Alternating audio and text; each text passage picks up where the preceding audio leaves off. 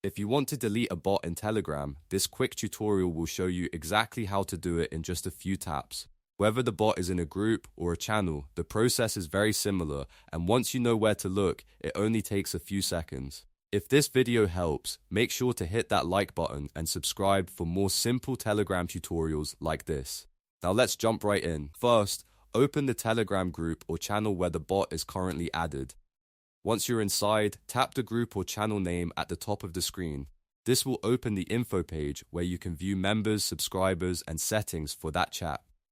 If you're in a group, scroll down until you see the members list. If you're in a channel, look for the subscribers list or the list of participants, depending on your device and Telegram version. Now find the bot you want to remove. Bots usually appear with a bot label or a name that makes them easy to identify. On desktop, you can right-click the bot's name. On mobile, you may need to tap and hold or open the bot's profile depending on the interface you're using. After selecting the bot, choose the remove option. Telegram may ask you to confirm the action, so just approve it to complete the removal.